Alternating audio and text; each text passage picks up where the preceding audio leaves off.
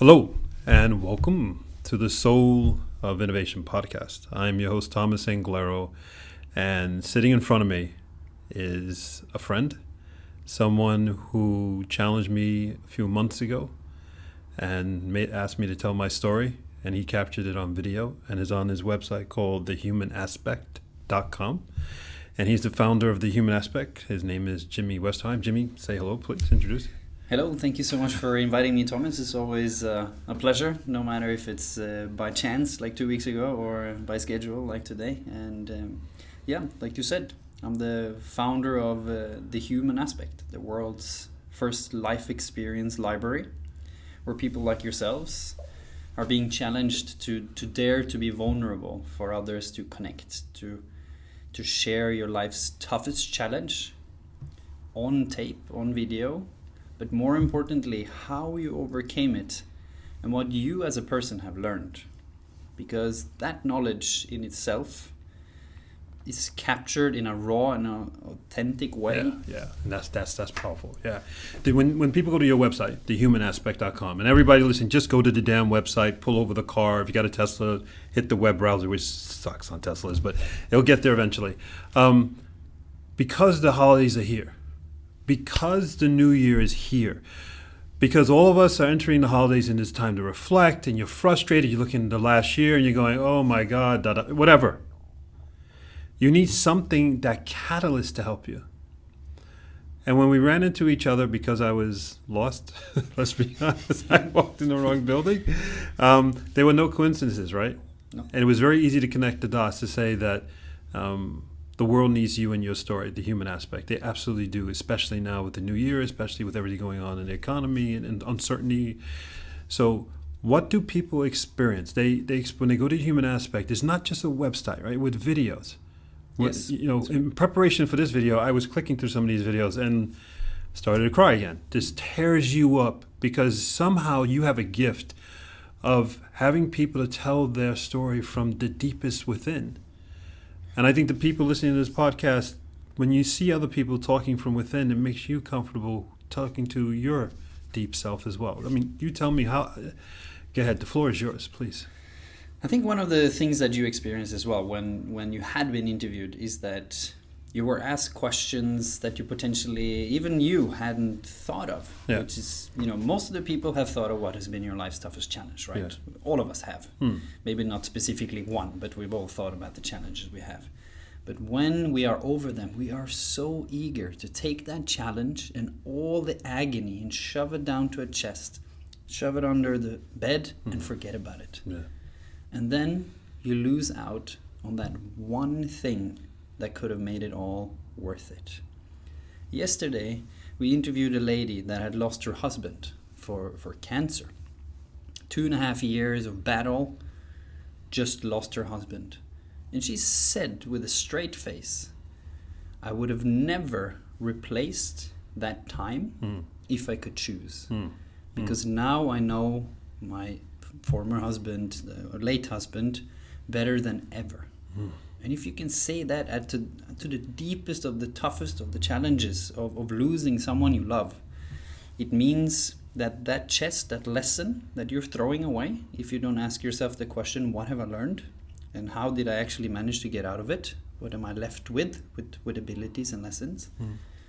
It's worth nothing. Then why are you even living in the end of the day? Because if we're not living for that and sharing that after and using that in work, in innovation, or just in life as a husband, as a mother, as a brother, then what is life? That's why the name The Human Aspect. I believe this is what makes us human in general. Your belief is 100% correct. But what you're doing, though, is you're capturing the inner soul of people. Their most passionate moment that defined them before, their past, or maybe defined them going forward, And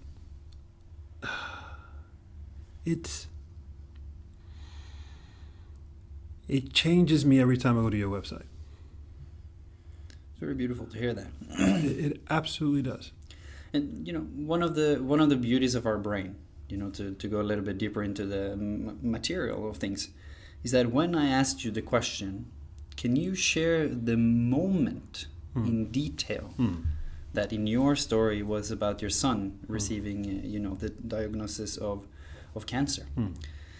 Your brain literally takes you back there, and you have lost all the knowledge in that moment. You are telling the story as if you were there.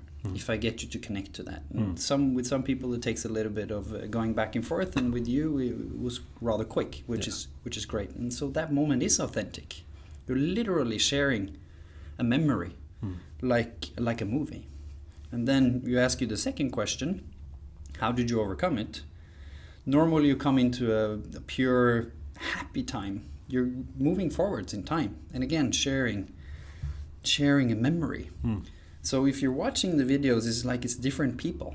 It's like I filmed you 5 years ago, 3 years ago, and now. And the last question is, what have you learned? Where you suddenly see that most people haven't even thought of that question because they've shoved that chest under the bed. So the reflection that is coming, I would say in 75% of the time, is raw, authentic, in that moment reflection, because they didn't know the answer. And that's when you get what I believe to be the golden answers, the things that hasn't been dragged through the filters of a grown-up's mind, that is adapted to the truth. It's raw. Exactly. Why do we bury these things? The people listening to this, right? Use the Human Aspect website, humanaspect.com. I will plug this website till I die. Use it to help you to touch yourself. But I think the bigger question where you're saying is, why do we bury these things? This is it. We got the new year coming. Stop burying stuff. Because you're burying yourself. Yes. You're burying your feelings. You're burying your emotions. And before we started the interview, I was telling you about how there's a lot of couples out there where the relationship itself is buried. Yeah. So imagine yourself.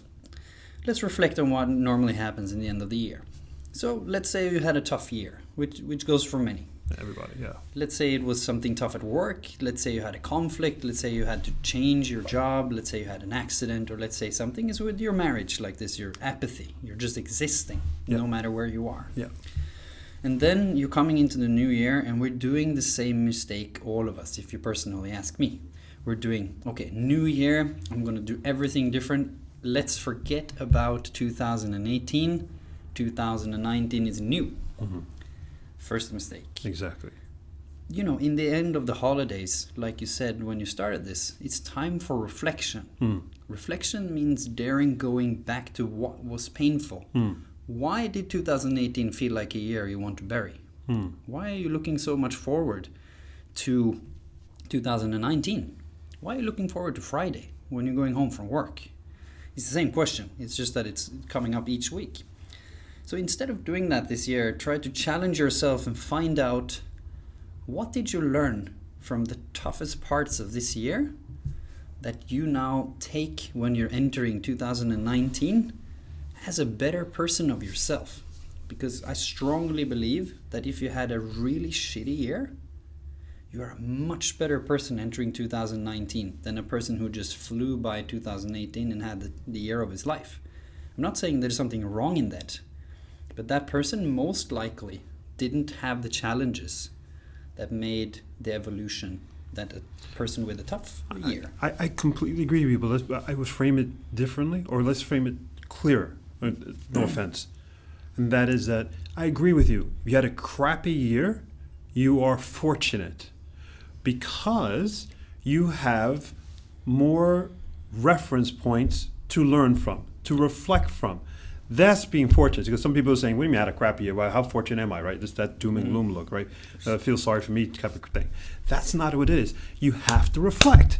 You have to reflect. Yes. Reflect is growing, and then when you reflect on, and when I say reflect on why you had a bad year or whatever, you got to go very deep into that. You can't, and if you're at the only level, my boss did this to me. Going back to square one, you have to start. Yeah. You got to dig. What did I do? Yeah, exactly.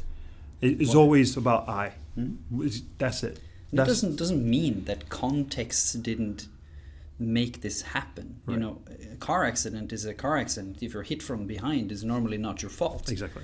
But it doesn't mean that there's something with that situation that couldn't bring a lesson forward if you had a tough situation where you feel like your boss is just an idiot or that's just unfair, which most of us feel, we tend to forget that the boss's view of things is completely different. I learned a fantastic lesson from my late grandmother when I was a kid. I was so frustrated with my sister. She was always messy. You know, when I asked her to clean the kitchen, I was cleaning the living room. We were doing chores together. And then I came in to inspect, as a bigger brother I was, the kitchen. I came in, I was like, I lost it. I was screaming, why didn't you do it? You're lazy. And I gave her What did she say, though? And then my grandmother said, remember that your sister sees the world very differently than you do. Ooh. The dirt that I saw or the things that I felt was not clean, she didn't even see it. So I assumed that she had the same view of details as I did. So I gave her a shouting based on my own perception. Then I believed that my sister was lazy. That was my assumption, right? That she didn't want to do it. But that wasn't right. It was just that she felt, honestly, that she had done a good job. Exactly. Which could also go from your boss sometimes when we don't have the perspective of the stress, especially if it's a middle link. If your boss actually has a boss again on top, feeling pressure down that you don't see, has heaps of employees of your colleagues that also give pressure and stress, have maybe a wife, a kid, maybe the kid is sick. Like with your story, most of the people around you probably didn't know, especially at work, and most of us men especially, but also women, modern women in 2018 have a tendency to not share because we so desperately want to deal with it alone. And then you're coming to the moment where you're judging everyone around you based on your perception. Mistake number one, if you ask me. That's where you really can learn, if you dare to let that down and literally try to enter someone else's shoes, even if they don't fit, just to see a little bit. And of course, there's two ways of doing that. The best way is obviously asking the person, why did you do what you do or what you did? What do you see that I don't? Yep.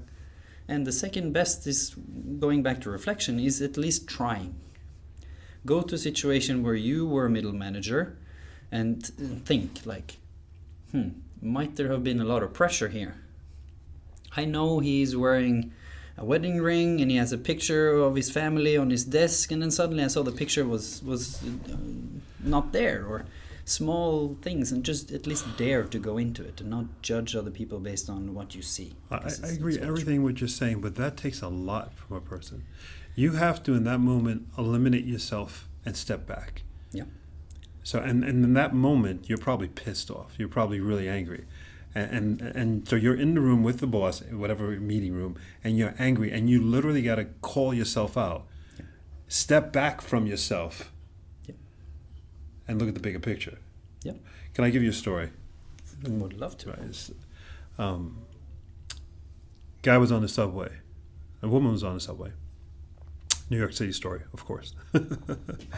And not the metro, a subway. That's a proper name for it. Proper name. And she sees this guy with his kids, and the kids are running all over the subway car. They're swinging on the handrails. They're treating it like it's a jungle gym, like they're at kindergarten. They're going nuts.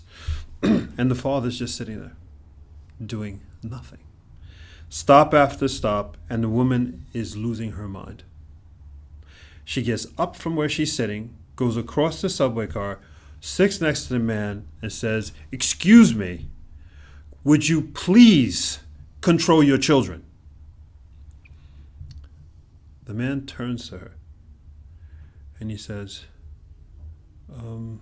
"Sorry, I guess you're right. They are misbehaving. It must be because we just came from the hospital and they lost their mom. I guess they don't know how to deal with the moment." Exactly. And the woman sat there floored. Same to your story, to the perspective. What about the other person? What are they going through? What could it possibly be? And I share that story because that's the story that I tell myself whenever I force myself to look at someone else from another point of view. What are they going through? I always play that story out because that's a powerful story. You got 3 kids under 10 years old. Their mother just died and they're coming home from the hospital. How the hell are those kids supposed to behave? And as a father, what the hell are you supposed to do?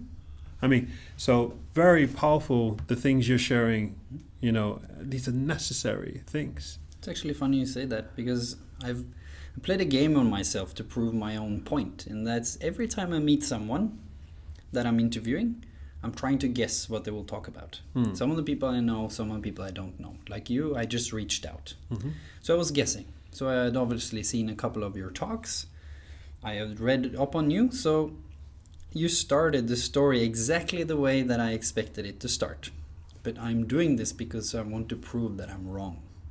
Because that's what I need to remind myself. And then you started and you said, I grew up outside of New York. Most of my friends are dead, either to drugs or to crime. And you said... You remember the details. Holy crap. Yeah.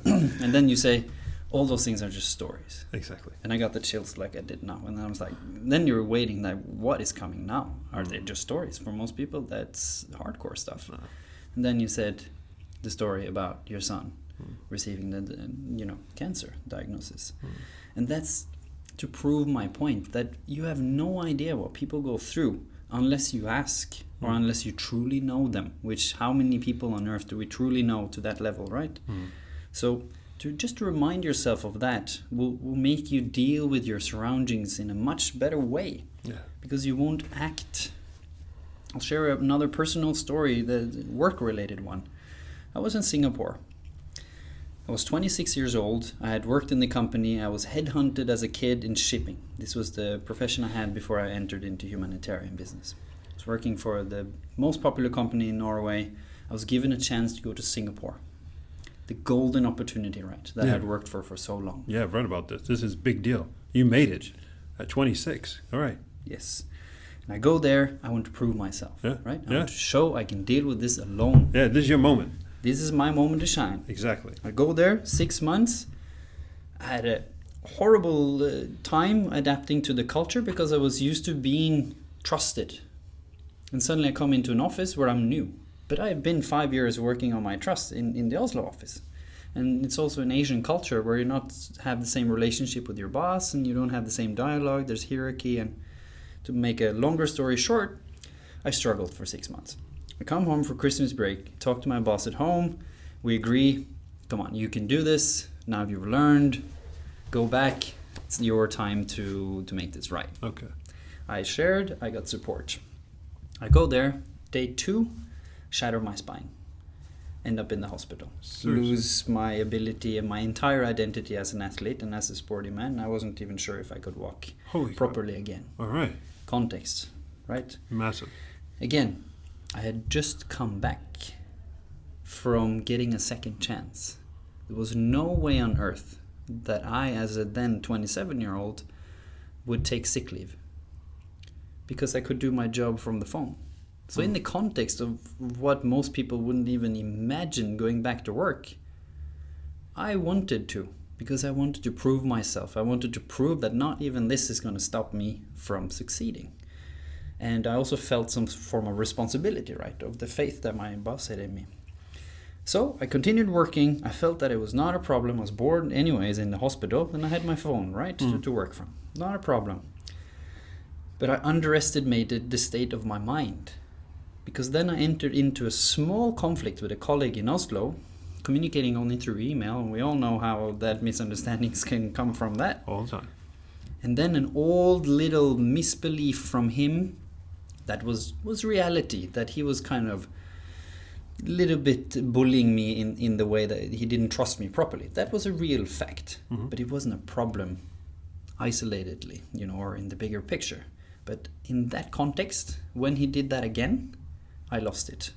And then I went to his boss and I said, if this guy continues to treat me like this, I will report him to HR. And I said, you have to get him to stop. And I didn't communicate well. You know, my mind wasn't at a good place. I was scared. I was alone. Ah. My family wasn't there. I was in Singapore. Got it. Yep, And yep. bang, what happened? Mm. They didn't see the context. They came back to me harsh. They were like, why are you threatening Exactly. a colleague? What happened to you? Exactly. And they Exactly. didn't understand. I didn't understand, and bang. Exactly. Long story short, that was the start of me ending my career in shipping. Not only because of that. It was because I wanted to do something more humanitarian as well. But it was the start of a huge lesson that year. And that was, when you're emotional about something, don't enter into stuff like that before you have reflected and thought. I should have left it for a day. Say that Waited. again. Say that again. That's a powerful reflection. When you're emotional, if it's in your private life or in your work life, it doesn't matter. When your mind is not right at this moment, don't enter into challenging situations, especially when it has to do with communication or potential conflicts. It will always end badly. If it's with your wife, it's with your kid, or if it's with your colleague, it will end badly. Just be 100% sure. And then coming into that, a couple of years later, I have managed to catch myself in that a couple of times. I'm tired. I'm an entrepreneur. I haven't had vacation in 2.5 years. We've always had these tiny little things happening, obviously. There's tension when you're trying to achieve something like that. Small things happen. I don't get it in the way I want, and I feel that someone is mistreating me and that it's unfair. And here comes the golden button for all humans, right? It's unfair from my perspective. And then I'm going up on my horse and I'm lecturing people, like, and then I caught myself like, oh, wait a minute. Now you're doing it again. Yeah. Wait. And I waited until the second day. And then I rewrote the email, and then I caught myself in doing exactly the same. I didn't allow myself to ask the person on the other side, why are you reacting in a way that I feel is unusual for you? And we don't give people that opportunity. I know Thomas now. I consider you a friend, which means if you do something to me that will make me feel bad, I know that there's something in your context that's not right. Because I know Thomas, and Thomas wouldn't do that. So like, for example, when I tried to reach out for you earlier this year, you were a bit short in your communication. Probably stressed, right? Probably something happening, Exactly. right? I don't know what part of the world I was when I was responding to it. Yeah. Exactly.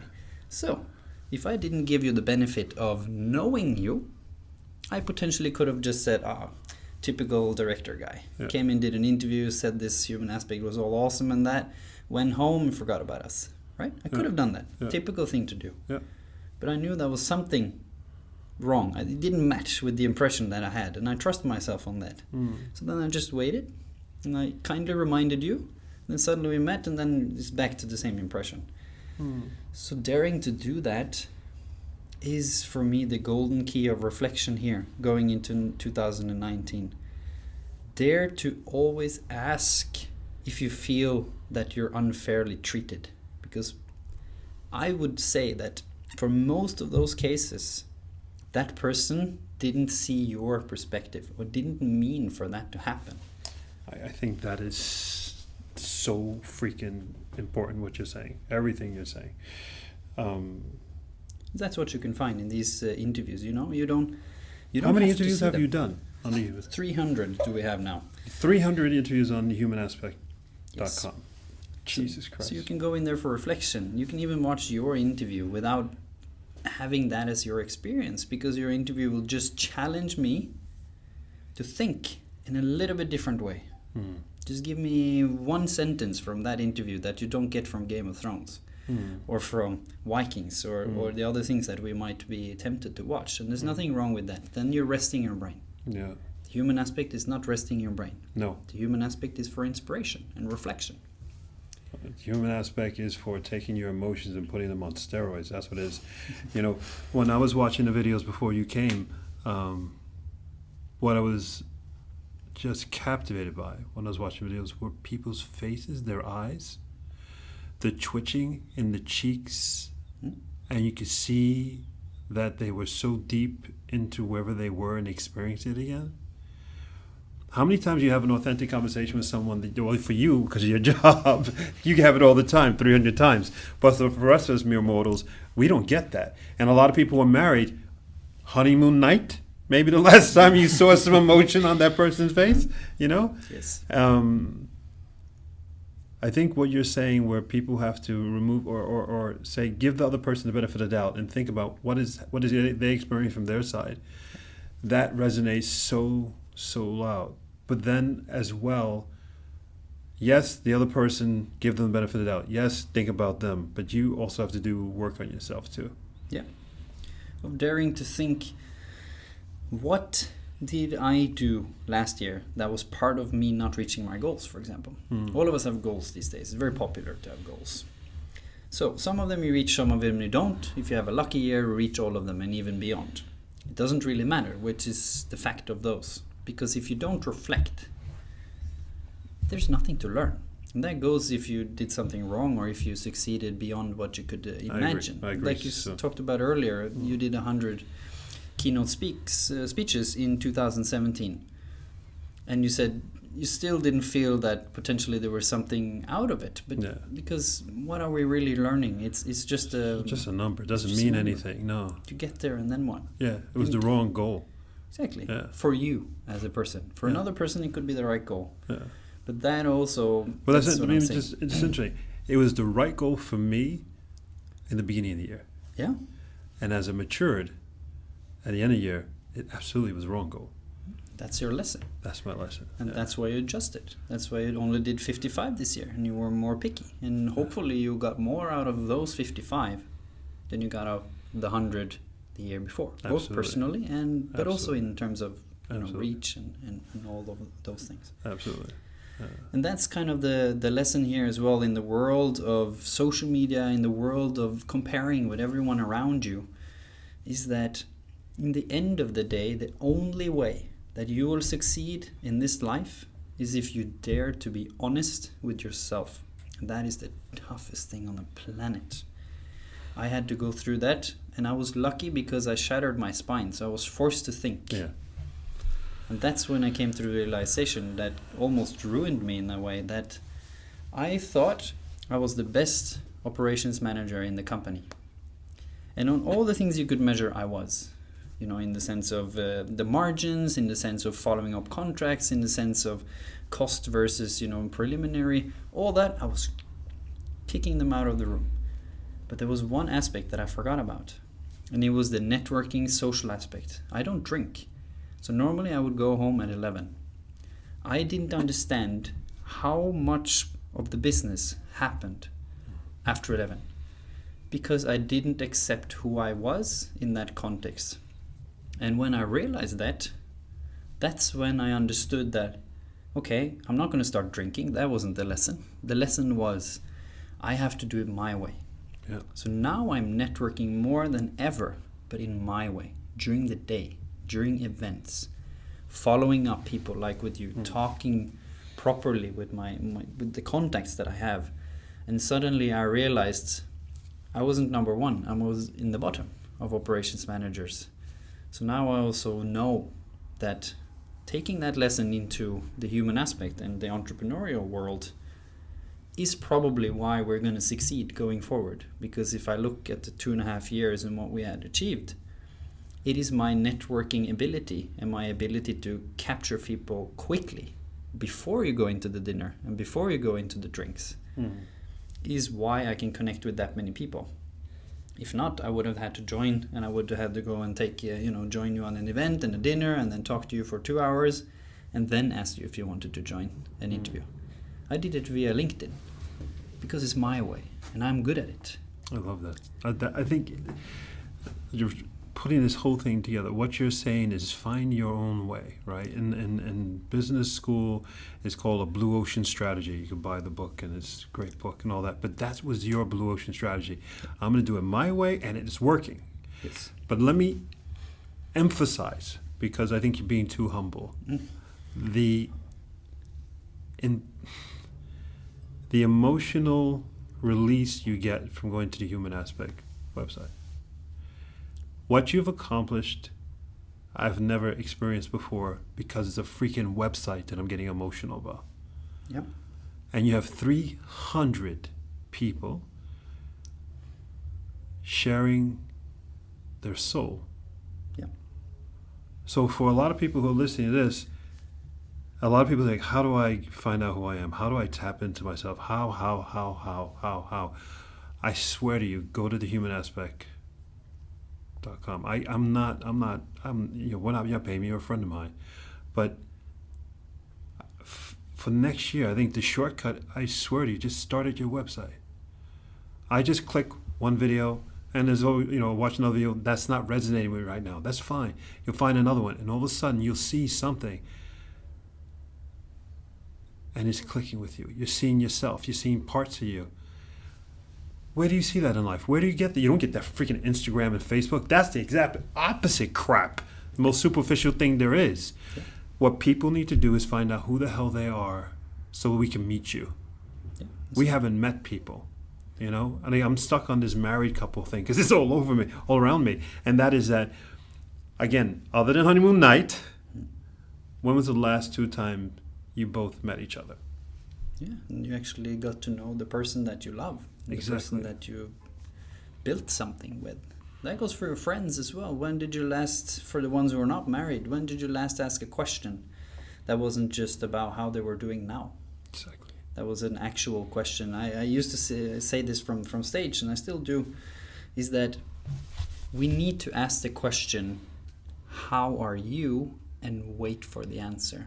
Because that is also the important part of why you want to share.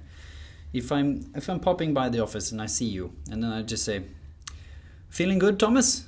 What are you going to say? All right. Exactly.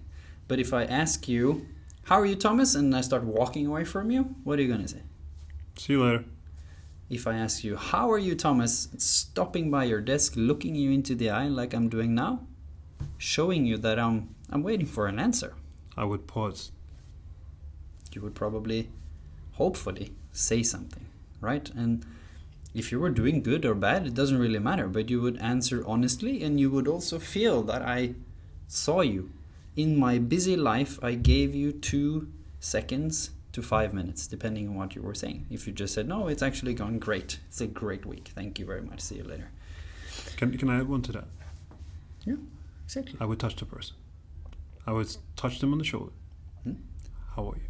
Exactly. Touching as well as the extra element. Exactly. And it's not better. All different tools but what we're missing in society today is touching. Yeah, we're so scared of it. Exactly. Especially at work, right? Oh. Female colleague can't touch you on the shoulder and ask you how you are without it being, but like, come on. We're smart people. There's a difference between touching someone on the shoulder and asking you how you are as a good colleague and sexual harassment. Exactly. We need to really avoid black and white. Why does everything have to be so black and white? That's what I believe is causing all the different challenges that we have in society now, because people are being forced to decide. And I think some people like that they're being forced to decide because then they don't have to make the decision themselves. And that's bad. That's really bad. Because you don't own your life. And the whole conversation been about owning your life. Wake up, exist, and own your life, which is a very, very painful thing to do. But again, and I'm plugging, I don't give a crap. This is my podcast. And that is, if you're having trouble tapping into you, I mean, that is, if you say, "I'm a better person than I am, I want to be a better person," how do I do that? I swear, shut the Netflix off and kill the YouTube, go on Human Aspect, watch videos of people opening up their soul, and you will find a piece of yourself and you begin the journey. When you get off the journey because life messes with you, had a bad day, boyfriend, girlfriend, go back to the website, watch a couple of videos, different videos, you got 300 of them, and find yourself again. Yeah. I swear to you, guys are like the Netflix drugs of 2019. The good drug, not the bad one that kills my hours, but actually makes me wake up and love life and enjoy the hours that I have coming up. I really, really, really mean what I say, that this is the most important discussion, and what you've done is the most important website to be built for humanity. And the human aspect name is Lucky. serendipity. You absolutely nailed it. I want to thank you personally, of course, and to all the people who will listen to this in the future. All of you right now, they're all going, I want to meet you, I want to meet you, I want to meet you. If they could, how can they contact you? How can they reach out to you? The beauty of this is that we are not just the videos. We are also on Instagram, which is specifically quotes from ordinary people like yourself. You're not that ordinary, Thomas, but still. My kids think I'm extremely ordinary, but that's another discussion. So you can have us in your daily life as well. You can have those quotes that you love, but they're not from Gandhi. They're not from Mandela. Yeah. They're from the Thomases of the world. Yeah. And they're as smart. I would even sometimes argue they're smarter. On Facebook, you will have those little trailers and those little tasters where you can also have us in a bad week, where you just need that quick 2-minute inspiration, where you don't want to watch 30 minutes of Thomas because you're not in that mood, and that's okay. Right. And then after that, you can go to the platform. You can reach us on Instagram if you want, if that's where you are. You can reach us on Facebook or in the platform under the contact part. And of course, I'm Jimmy Westerheim. I'm lucky enough to be the only one on the planet with that name. So LinkedIn and Facebook, there will be only one result after you press enter. And you said you're going to launch a podcast soon? We are going to launch a podcast on Friday. That's called Everyday Psyche. So just before Christmas weekend, where we're going to talk with different people. You are definitely going to be invited. Where we're going to challenge people on talking about the openness of mental health in the everyday life. Because the new statistics that came out is very tough, and everybody has mental health. Absolutely. The question is if it's good or bad, now, today, tomorrow, in a week, in a month. So just dare to talk about these things and make them more common. It's not supposed to be a trend to have depression, but it's supposed to be something that everybody knows what is, so that you can handle it. Because in the end of the day, life goes up and down, and that's how you learn, from the ups and the downs, if you dare to reflect and ask yourself the question, what did I learn from this week? I ask myself actually each week, what did I learn? And I have this with my colleague as well. We're challenging each other. What did you learn today? You know, we don't do it every day. We do it when we remember it. But each week I ask myself, what did I learn? Not everybody can interview people for a living, so I'm lucky. I learn a lot from you guys that I interview. But for most of us, we have learned something. And then you avoid that state of apathy, which we just talked about, where you're just existing. You're just waiting for the weekend. You're waiting for a holiday. You only have one life. Come on, people.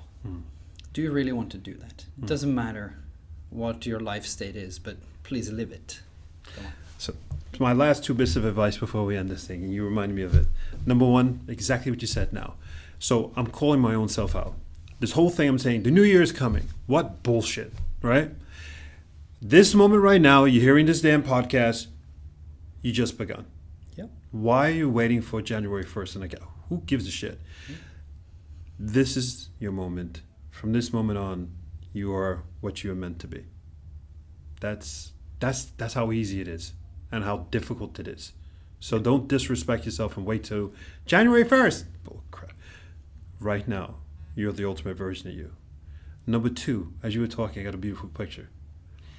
A way of starting conversation and communication. We're talking about mental health and all these things like that. These are very, very difficult things to talk about with family, friends, and anybody. Yep. But there's a way to do it with your website. Yes. This is what I recommend. I recommend for everyone to start off with your closest friend or your husband or your wife. Sit down and watch the videos together. Yep. Call a friend on the phone. I have a friend who's living in Wisconsin, where you're in Oslo. I'm going to call him, and I'm going to tell him, watch these 2-3 videos, and then I'm going to call him back and say, let's talk about it. By watching those videos, it puts you in a different emotional state, and you're open, and now you can have a conversation with that person that you, what was difficult before, you now are already starting such at a deep level. I think these people who are married, people who are struggling in relationships, watch a couple of videos, and you'll be at that point. You know, everybody's saying, how do we communicate again? watch a couple of these videos and you'll communicate like you've never communicated before. You've given a gift to humanity. I am in love with the gift you've given us. Thank you, Jimmy. Pleasure. And I'll see you soon on your podcast. For sure. So, this is Thomas Anglero for the Soul of Innovation podcast. You want to reach me, come to visit anglero.com. Go forth, spread beauty and light. And remember, I love you. Take care. Bye-bye. Till next time.